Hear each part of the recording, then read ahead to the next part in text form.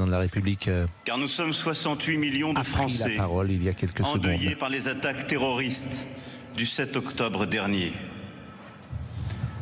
68 millions, moins 42 vies fauchées. 68 millions, dont 6 vies blessées. 68 millions, Bravo. dont 4 vies à jamais meurtries par leur captivité.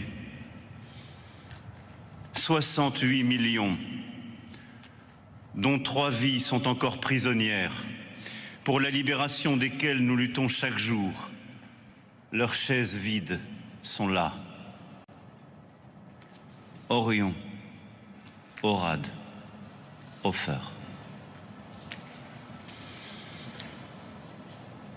Les visages des suppliciés du 7 octobre nous tendent un miroir où se reflète un peu de nous, dans chacun d'eux. De ce que nous étions, de ce que nous serons à leurs âges, de ce qu'ils ne seront jamais.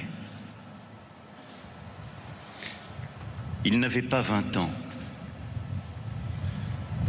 Noïa comme Nathan ne les auront jamais. Leurs traits qui s'affirment, leurs questions qui se bousculent, Dieu, la vie, le monde. Les hésitations et l'irrévérence, leurs regards comme des interrogations, leurs sourires en forme de promesses. Mémoire de nos propres adolescences. Ils n'avaient pas 30 ans. Avidan, Valentin ou Naomi ne les auront jamais. Des rêves plein la tête, des études de droit ou d'informatique, un métier, un grand amour. Des fiançailles, la foi ou l'athéisme, une guitare, une planche de surf sur les vagues de la Méditerranée, des idéaux dans la houle du monde. Ils étaient dans la force de l'âge. Céline, Marc, Elias ne vieilliront pas. Leur chemin frayé a pris d'efforts, peuplé de projets, d'amis, d'enfants parfois. Et ce sourire qui n'aura pas eu le temps de marquer leur visage. Ils avaient les tempes grises. Pour Carmela, Jean-Paul, Yafa, elles ne blanchiront plus. Leurs voix résonnent encore en hébreu comme en français, leurs voix qui se cassaient par moments de tendresse ou de pudeur, transmettant des récits puisés au fond des âges que leur avaient livrés leurs propres grands-parents. Leurs visages sont là, comme autant de vies interrompues. Des histoires de famille où s'entrebâillait parfois un gouffre indicible et où, comme l'odeur de l'espérance, le parfum des collines de Jérusalem se mêlait à celui de sous-bois d'Île-de-France ou des ruelles du Vieux-Port. Le 7 octobre dernier, à l'aube, l'indicible a ressurgi des profondeurs de l'histoire. Il était 6 heures au Festival Nova, à quelques kilomètres de la bande de Gaza, où sous les banderoles et le ciel qui pâlissait s'achevaient 24 heures de fête et de retrouvailles. Les jeunes qui dansaient là ne savaient pas qu'ils étaient dans la mâchoire de la mort déjà. Des voitures, des motos hérissées d'armes allaient fondre sur eux. Il était 6 heures et le Hamas lança, par surprise, l'attaque massive et odieuse, le plus grand massacre antisémite de notre siècle. Et dans les notes de musique d'un lieu de fête ont éclaté les tambours de l'enfer. Et les téléphones de nos enfants qui jusque-là filmaient les joies de leur vie sont devenus les boîtes noires de l'horreur. Elles nous hanteront, ces images. Le ciel livide qui se zèbre de missiles. Les brigades infernales qui écument le festival se répandent dans les plaines, puis dans les villages, fracassent les portes, font irruption dans les foyers, dans les chambres, sous les lits. Les déflagrations, les cris de massacrons les Juifs, les grenades, les hurlements, les pleurs, puis le silence, comme un linceul.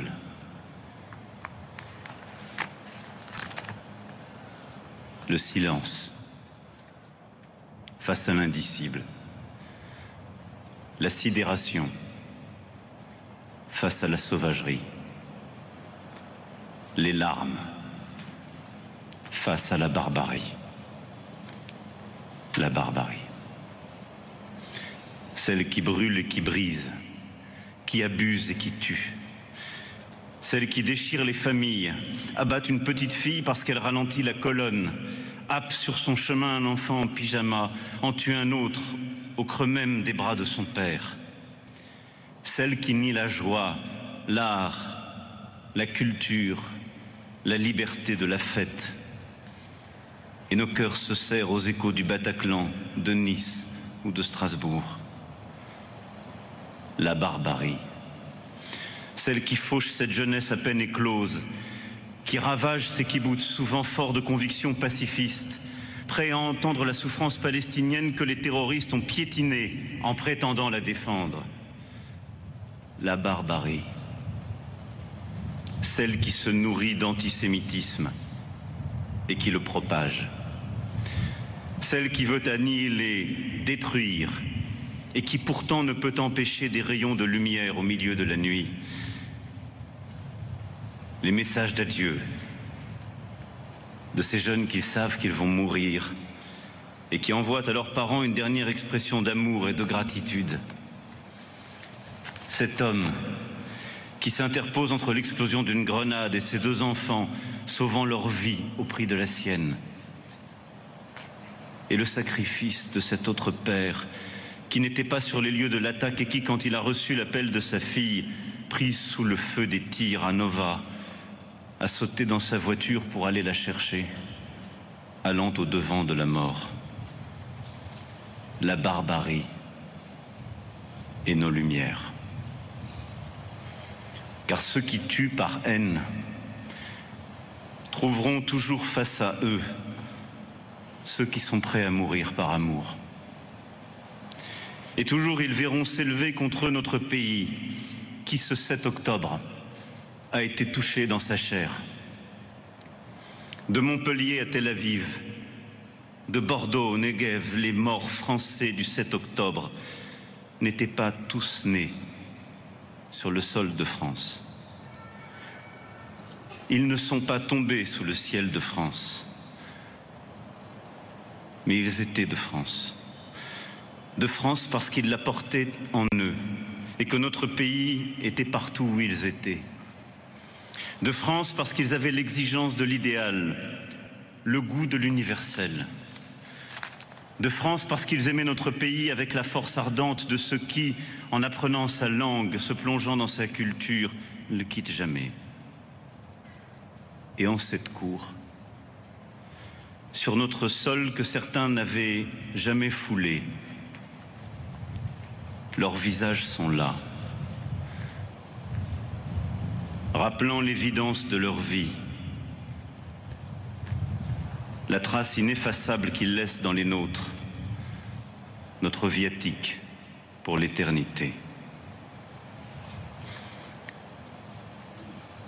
Leurs destins ne sont pas les seuls que le déchirement du Moyen-Orient continue de broyer dans cette tornade de souffrance qu'est la guerre.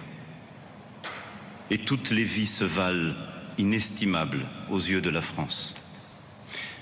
Et les vies que nous honorons aujourd'hui sont tombées, victimes d'un terrorisme que nous combattons sous toutes ses formes et qui nous a frappés en plein cœur.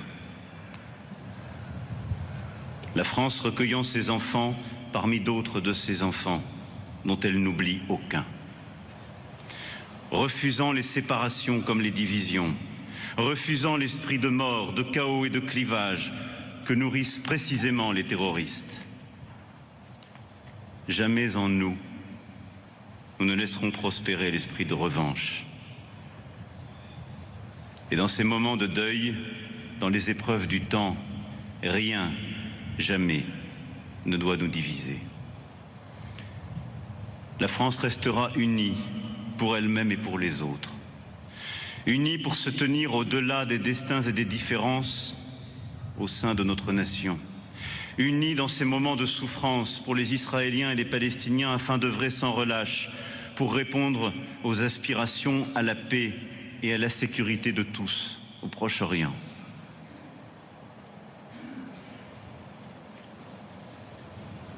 Beta Raïm, dit-on en Israël, pour désigner les cimetières. La maison de la vie. Car pour ceux qui restent, leur vie sera faite de ces absences. Une vie différente, un monde différent, à l'aune du souvenir. Et nous avons dès lors à habiter ce deuil, non pas comme une victoire de la mort, mais comme une invitation à leur trouver une place dans nos vies. Et ils sont là, chacune et chacun, pour nous rappeler que nos vies, leur vie, méritent sans relâche de nous battre contre les idées de haine, de ne rien céder à un antisémitisme rampant, désinhibé, ici comme là-bas, car rien ne le justifie, rien, car rien ne saurait justifier ni excuser ce terrorisme, rien. Alors nous nous tenons là, 4 mois après, devant ces visages et ces chaises vides. Bouleversés de tristesse, aux côtés des familles de ceux qui ne sont plus. Chargés d'affection, aux côtés de ceux qui soignent leurs blessures. Et ne cédant rien pour ramener ceux qui sont encore là-bas. Sentiments mêlés que nous vivons ensemble, debout. Car regardant ces visages, nous savons que nous ne sommes pas juste 68 millions en ce jour. Nous sommes beaucoup plus. Un peuple épris de liberté, de fraternité, de dignité. Un peuple qui ne les oubliera jamais. Vive la République, vive la France.